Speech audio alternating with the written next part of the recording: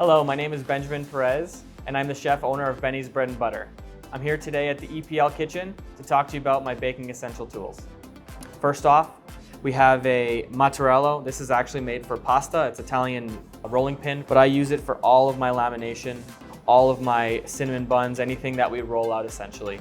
It's really good to work with because it's, number one, it's super flat, it's got a nice weight to it, and you can really push a lot harder than most rolling pins that have the bar in the middle. Next up, we have an instant digital read thermometer.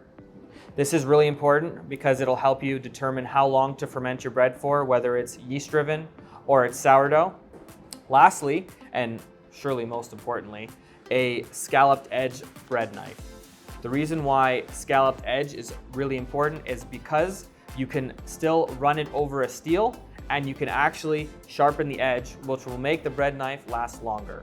Why the scalloped edge is also really important is because it cuts through really crusty bread a lot easier than traditional bread knives. I'm doing classes here regularly, so if you want to learn how to make bread and you want to learn how to make challah, a Jewish traditional bread, please come down and learn with me.